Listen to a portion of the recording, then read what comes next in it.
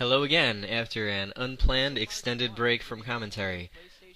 This is Phil here, Save State Gamer, and this is the Muscle March episode. I believe it's episode 6 of the Save State Gamer show.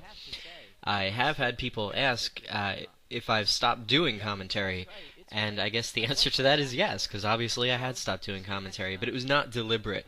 There were a few factors that sort of led led to me taking a break.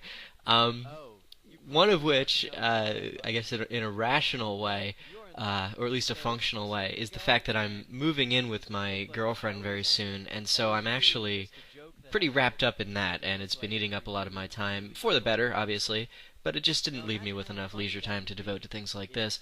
The other reason, which is probably more relevant to the commentary, is the fact that I don't think I have anything to say about this episode, or at least there's nothing I'd really like to say.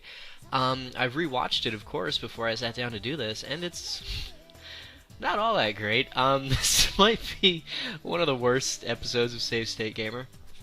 For starters, this is a really informative episode. This is probably the most informative that Crisbo has ever been in his entire career. And I think a lot of the reason for that is, I did not think about this when I was doing it, but I think it's due to the fact that not everybody's familiar with this game. In fact, very few people are going to be.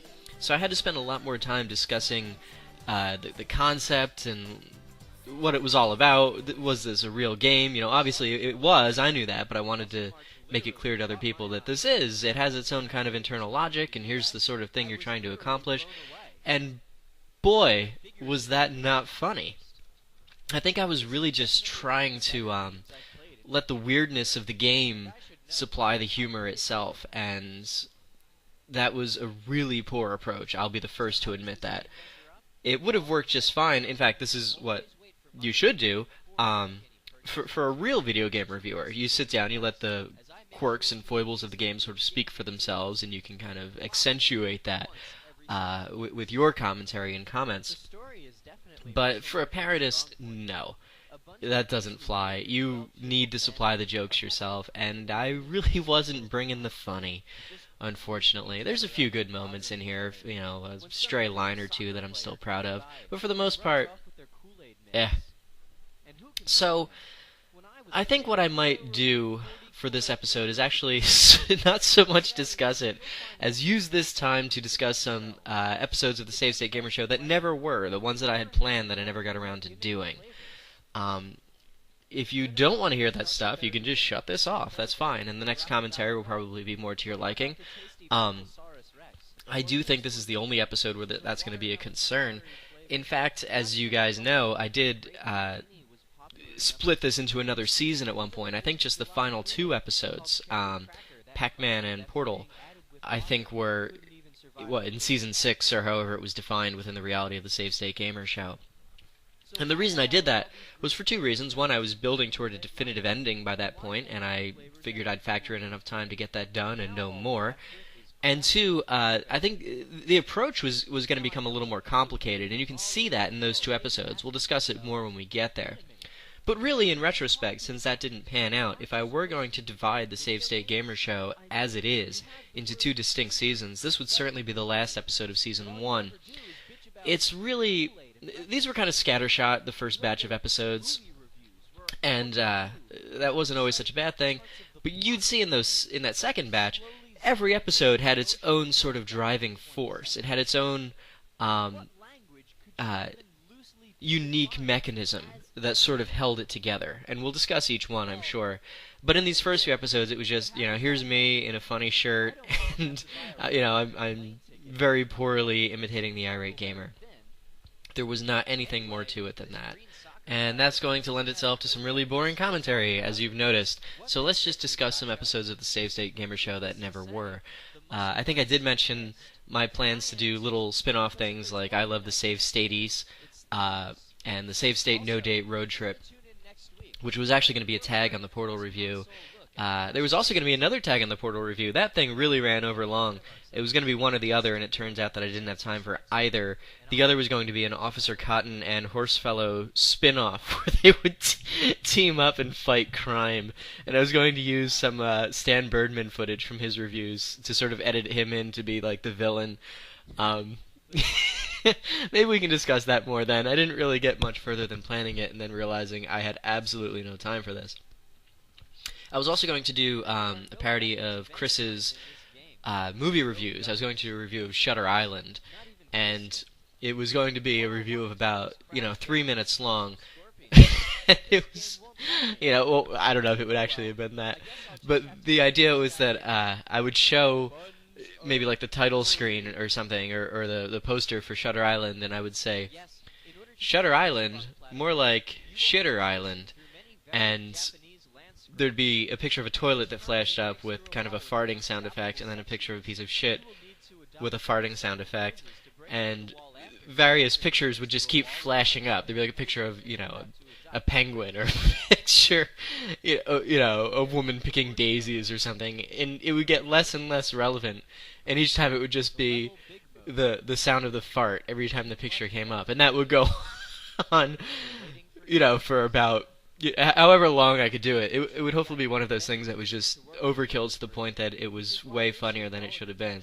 Some other things I had planned on doing, actually for April Fools, and I couldn't do this because I had to travel for work reasons, and that's why I was in the hotel for the hotel gaming video. I was going to do, that was around April Fools, and I was going to do a video I was going to upload on April Fools, and the plan was to do a shot-for-shot, line-for-line recreation of the AVGN's TMNT review. The joke, of course, was that, Chris has his own TMNT review, a little controversial for how similar certain aspects are. I was actually just going to do a moment-for-moment recreation of the AVGNs. I don't really know how well that would have been received, but that was certainly the plan. Interestingly enough, that would have partially fulfilled a promise made in the DSi review, where I claimed that within the coming year I was going to review the Odyssey console and the NES versions of TMNT and Back to the Future. The Odyssey console I actually ended up doing. I didn't know that at the time that I was going to do that. But if I were to also do the TMNT review, that would bring me one step closer to sort of fulfilling that promise. Not deliberate, but I probably would have seen it through if I had those two components in place. You probably watch Game Boob right now, and you'll see that he sort of started out parodying only Irate Gamer and Game Dude, and very quickly branched off into fully realized parodies of other folks. Good for him. That's great. I'm really impressed.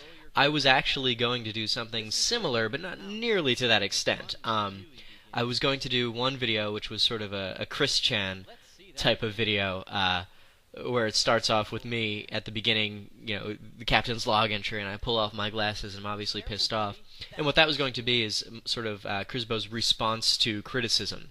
And I would use some ideas that other parodists have used against Boars, as though they were parodying me, like Gulagi Moo, where he edits out of context sound bites into interviews and things like that.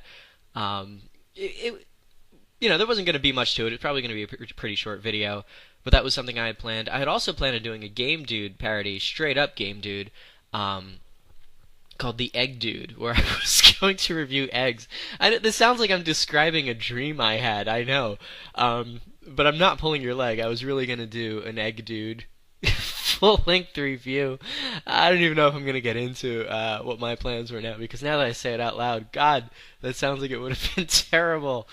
So I'll just say two things I neglected to mention in the previous video. One, the girl who played Jennifer in that video, for one line, did not return when I needed her for Commander Keen, because basically when I gave her lines, I just needed her to make sex noises, and she was not comfortable doing that for a video that would be on the internet. And you know what? That's fully understandable.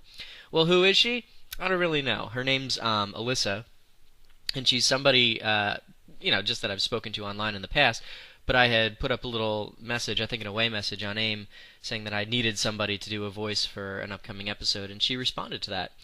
That's also exactly how I got a voice for a very major character that you guys will see coming up within the next few episodes here. So basically, if you ever wanted to work on the Save State Gamer Show and you end up traveling through time, just sort of watch my away messages and respond as soon as I post something, because pretty much it just went to the first person who responded every time.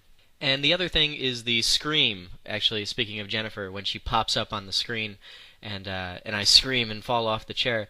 That was obviously a joke at the Irate Gamer's expense in his Resident Evil review, but also a little tip of the hat to Irritated Gamer, whose scream with the when the white George Foremans come out of the wall in his Double Dragon review is probably the single funniest second and a half in any Irate Gamer parody.